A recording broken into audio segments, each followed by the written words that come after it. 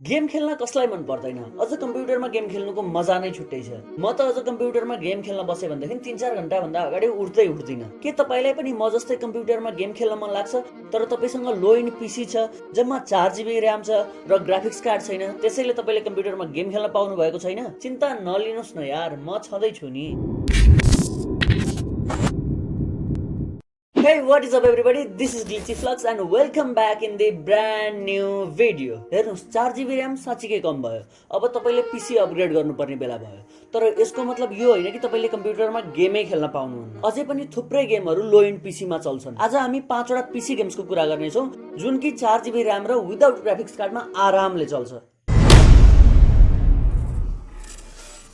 PC गेम्सको कुरा गर्दा GTA को नाम नआउने कुरै भएन। आजको लिस्टको नम्बर 1 मा रहेको छ GTA भाइस सिटी। तपाईहरुले पनि म जस्तै 6-7 मा पढ्दाखेरि साइबरमा 10 रुपैयाँ तिरेर आधा एक घण्टा यो गेम खेल्नु नै भएको होला। यसको बारेमा मैले धेरै भनिराख्नु पर्दैन होला। GTA भाइस सिटी 2003 मा रिलिज भएको ओपन वर्ल्ड गेम हो। तपाईहरुले यसको मेन क्यारेक्टर टोमी भर्सिटी भएर यो गेम खेल्न सक्नुहुन्छ। यसमा बाहिर घुम्न सकिन्छ, मान्छे मार्न सकिन्छ, गाडी चोर्न सकिन्छ, पुलिसलाई गाडीले गर्न सकिन्छ, इच एन्ड एभ्रिथिङ गर्न सक्नुहुन्छ। र यो गेम 4 GB र्याम हैन 2 GB र्याममा पनि आरामले चल्छ, त्यो पनि without dedicated graphics card.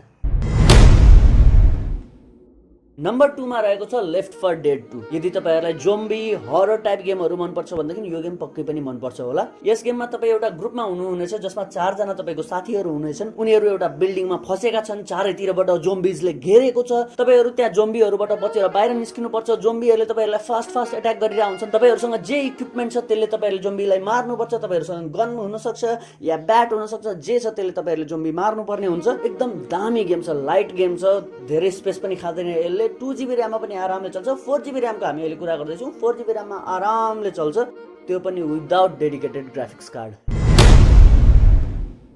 Number 3 मा रहेको छ प्रोटोटाइप 1। प्रोटोटाइप 1 पनि हरर टाइप गेम हो। यो पनि ओपन वर्ल्ड गेम हो जसमा तपाई यसको मेन क्यारेक्टर एलेक्स मर्सर बन्नुहुन्छ। एलेक्सको मेमोरी लस भएको छ, उसलाई आफू को हुँ भन्ने याद छैन। उसमा म्युटेन्ट पावरहरु छ, उसमा सेप शिफ्टिङको एबिलिटिजहरु छ हैन। यो पनि एउटा हरर टाइप गेम हो। यसमा भाइरस, म्युटेसन अनि ह्युमन एक्सपेरिमेन्टहरुको कुराहरु छ। तपाईहरुले यो गेम डेफिनेटली ट्राई गर्नुपर्छ। यो गेम चाहिँ मेरो one of the favourite game पनि हो र यो गेम पनि 4 GB र्याममा आरामले चल्छ, नो प्रब्लम।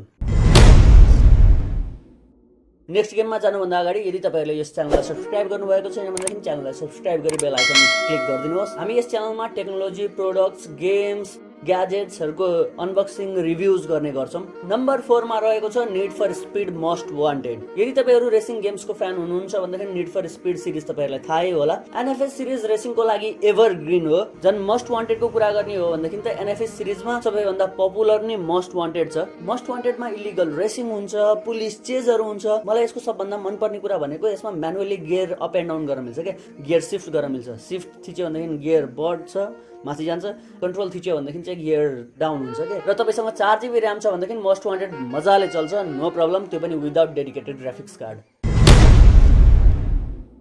र 5th नम्बरमा रहेको छ एसासिन्स क्रिड 1। एसासिन्स क्रिड सिरिज तपाईहरुलाई थाहै होला। एसासिन्स क्रिड 1 मा 2 वटा टाइमलाइन छन्, एउटा मोडर्न डेज र एउटा एन्सेन्ट टाइमलाइन।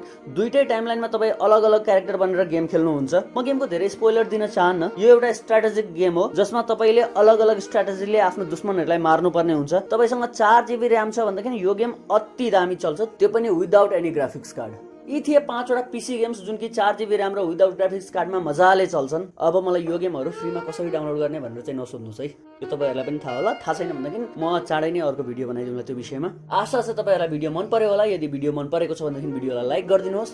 यसको पार्ट 2 चाहिन्छ भनेदेखि कमेन्ट गर्नुहोस्, शेयर गर्नुहोस् भिडियोलाई आफ्नो गेमर साथीहरुसँग। अनि च्यानलमा नयाँ आउनु भएको छ भनेदेखि च्यानललाई सब्स्क्राइब गरी बेल आइकन क्लिक गरिदिनुहोस्। हामी भेट्नेछौं चाँडै अर्को भिडियोमा। Till then this is GLitchyFlux signing out.